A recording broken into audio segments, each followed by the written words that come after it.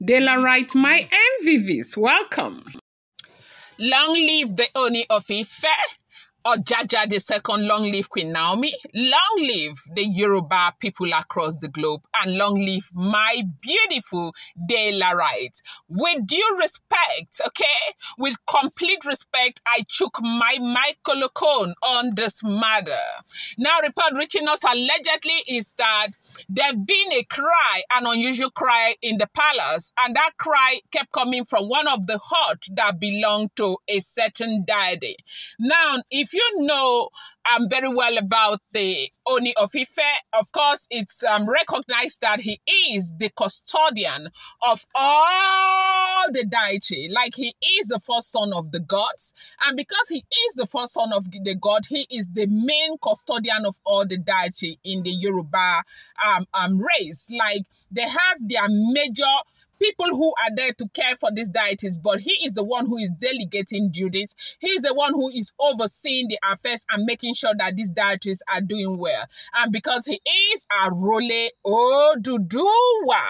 Now, in the palace of the Ooni of Ife, report reaching us is that they have a lot of huts that belongs to deities and certain deities, and that is why you see that from time to time they have different kinds of festival, they celebrate and all of that. And somebody asked me a question the other time on my comment section that, Delara, when you talk about this thing, you talk as if you're happy about it.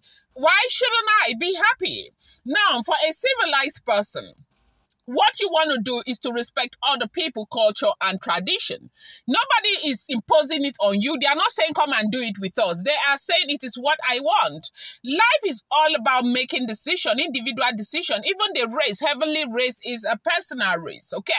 And so you don't go about trying to tell people what to do. So when I talk about this, I talk authoritatively because this is where I am, as in this is my blog. This is what I do here, okay? And with so much respect. Okay, so now these deities are there, they go celebrate and all of that, they get signals, they know how they study the signals that they get and all of that in the palace of Ooni of Ife. But only recently, allegedly, report reaching us that there was a certain cry, a midnight cry from a particular hall, and that cry was very, very, is not something that is great.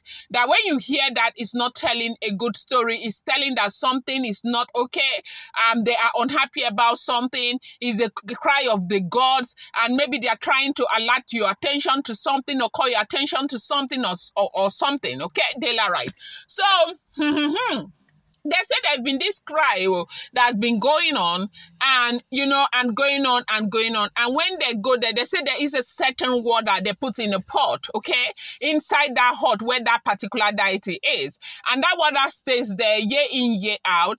And the next year when they are celebrating the festival for that deity, they will go, they will add more water to it. They'll do their incantation, add everything they are adding and add more water to it.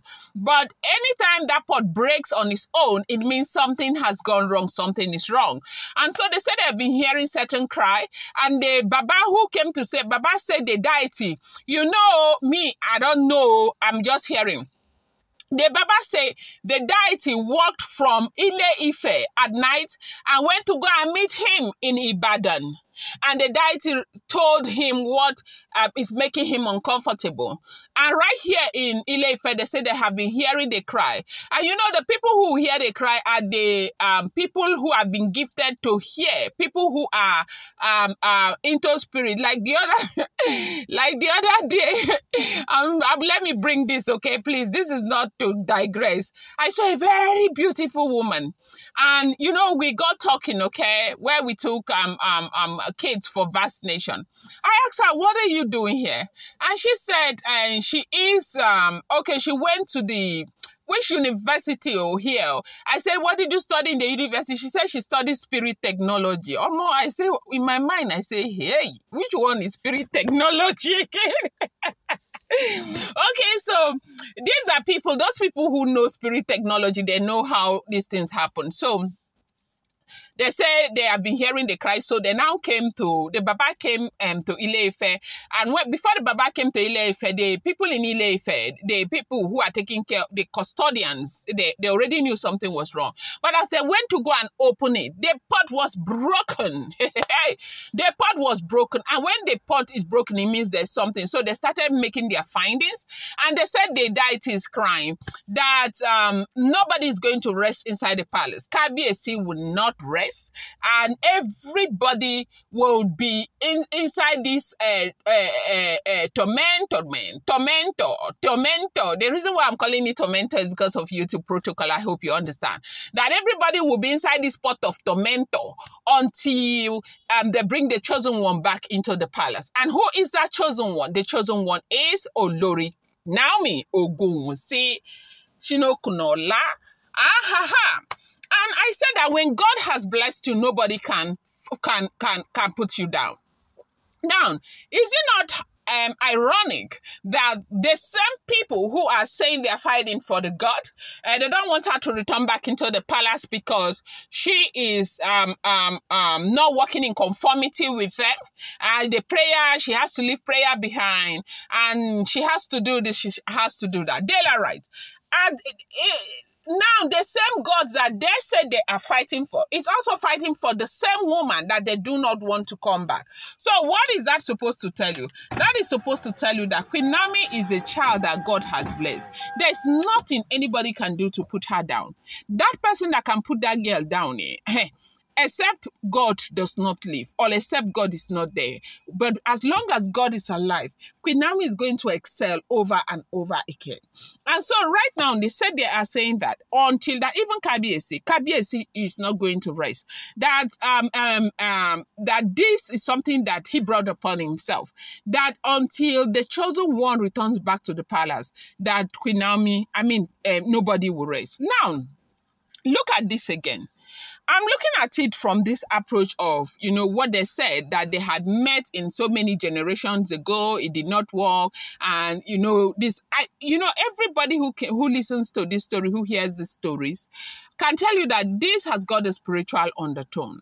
This is not something that mere mortal can fight. One thing we do know is that you cannot fight against the gods. You can't fight against posterity. You can't fight against what Jehovah has put together.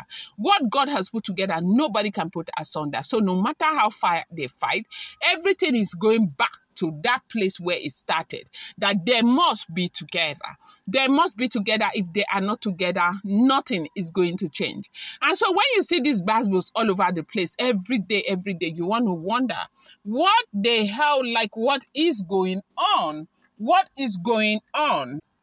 So it's really looking as though this whole thing is getting back to that point where it all started. Like they must be together. If they are not together,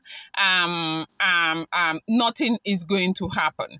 And so who is that person that has the capacity to fight this battle? Let us see. Bring it on. We are here. I'm going to bring you more update. I appreciate you so much. Thank you.